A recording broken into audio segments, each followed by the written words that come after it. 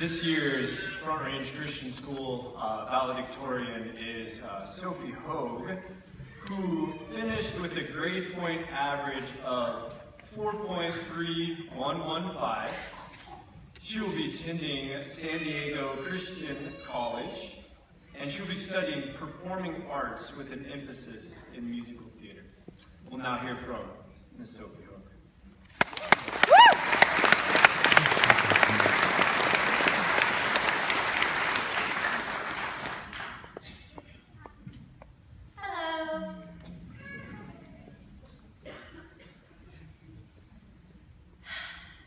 Wow. Graduating class of 2015. That's some accomplishment. Yeah, well done. We made it. To be honest, finishing got harder as the year progressed. But we made it.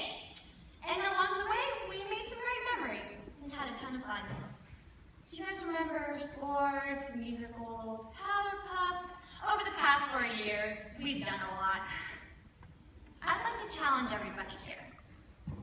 Not exactly like Quinn pushing the football guys or Misty critiquing a claim evidence word paragraph, but a challenge nonetheless.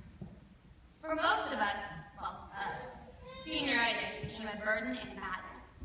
The itch to graduate became more intense the closer we got. So my thought and challenge is this: don't let that become a pattern in your life. Don't let that define you. We are all passionate about something, and can keep pushing past exhaustion. Just as Gandalf said to Frodo, all we have to decide is what to do with the time that is given to us. Yes, while Frodo's time was spent destroying the One Ring, the words don't work for us graduates. We need to decide what we will do with our time. As each of us move into the next season of our adventurous lives, I hope you spend your time pursuing what you love. For as some wise guy once said, do what you love and you'll never work a day in your life. Well, I think work is unavoidable, but if you're doing what you love, it makes the burden a bit lighter. So follow your passion. And as we do that, we're also called to do our best in everything. Paul said it like this in his letter to the Colossians: whatever you do, work at with all your heart, as working for the Lord, not for human masters. Good advice. What I'm getting at is I know everyone here is capable of excelling, especially when you care about what you're doing.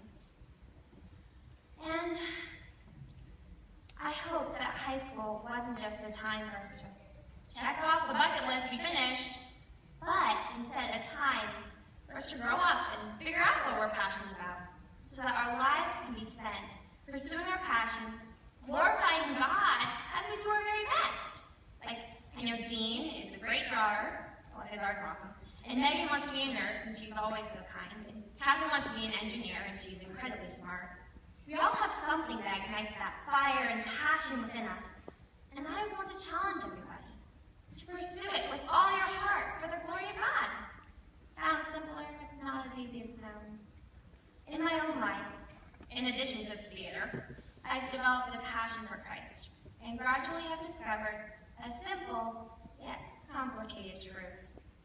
God is in control. I think I can best share my experience of learning this through a couple mini stories. And who could love a couple stories that reveal how danger-prone I am? First, end of freshman year, I ran into the bleachers while playing dodgeball. Because I was obviously so good at dodgeball. I dodged the ball, and I hit the bleachers. Oopsies. And anyhow, I broke 2 teeth. I remember looking at Miss Rose saying, I lost my teeth, and a bunch of friends scrambling to find the big pieces. By God's grace, the teeth didn't break to the roots, so I got to keep them, technically, all part of them. And a dentist was open that Friday afternoon to help piece them together. In that unusual experience, I saw how God was in control. In the moment before I hit those bleachers, I was utterly helpless. Yet God took care of me. I broke teeth, but didn't have to have them pulled. And God surrounded me with friends to support me and help me literally pull myself together. Second, sophomore year, I ran into a pole right before a choir concert. You know those little metal steel poles in the commons? Yeah, Yeah, I was running late, and the pole just happened to be in the wrong place at the wrong time. So I bashed my nose. But somehow, I got back up and sang in the concert. But then got a couple stitches afterwards at the ER with my mom. Yeah, so much fun.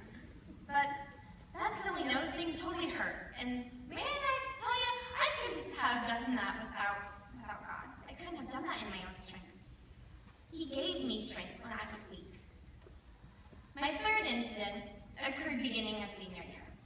I was blessed to get to go with the 6th graders to Hoag, and wouldn't you know it, something silly hurt me again. This time it was a sink. Yeah, a large ceramic sink fell off the wall, exploded, and cut my foot. Something in me spurred me to jump backwards, so I only got a small gash in my foot. But through it all, God was completely in control. A heavy sink could have done some serious damage. But by God's grace, I walked out there with all 10 toes. I was also fortunate to have a couple of good friends, Jalissa and Courtney, to support and laugh at the irony of it with me.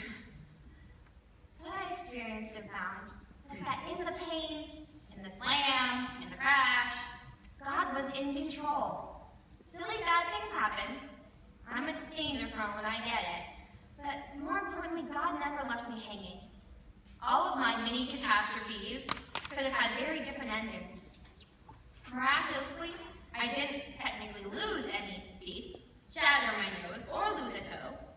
Even cooler, God provided friends and family for support. When my teeth were on the floor, I didn't have to pick up the pieces alone.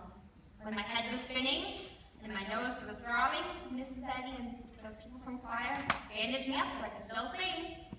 When that sink shattered, we found some butterfly bandages to hold me through that last day of helping with the 6th graders. God was gracious to me, and I know He cares about each and every one of you just the same. I'm sure you each have experienced a story reflecting the grace of God, right? And if you haven't, I'm confident He will take care of you in whatever comes your way. God is in control. Even when things go wrong, He is looking out for us. Now, I don't know where y'all end up, but I do know God is going to be there for you every step of the way. He'll be there for you in the hard classes, when you get pulled over, when money's tight, all of it. He's with you, and He's in control. And that goes for everybody. Thank you, teachers. You guys over there. Friends, everybody, and family, for generously pouring into us. Because you've been a part of carrying us through this very interesting season of high school. We couldn't have done it without you. And in closing, I challenge you guys, everybody, to pursue your passion for God's glory. And I encourage you to lean on His love, because no matter where the road takes you, you can be sure that God is looking out for you. He's in control.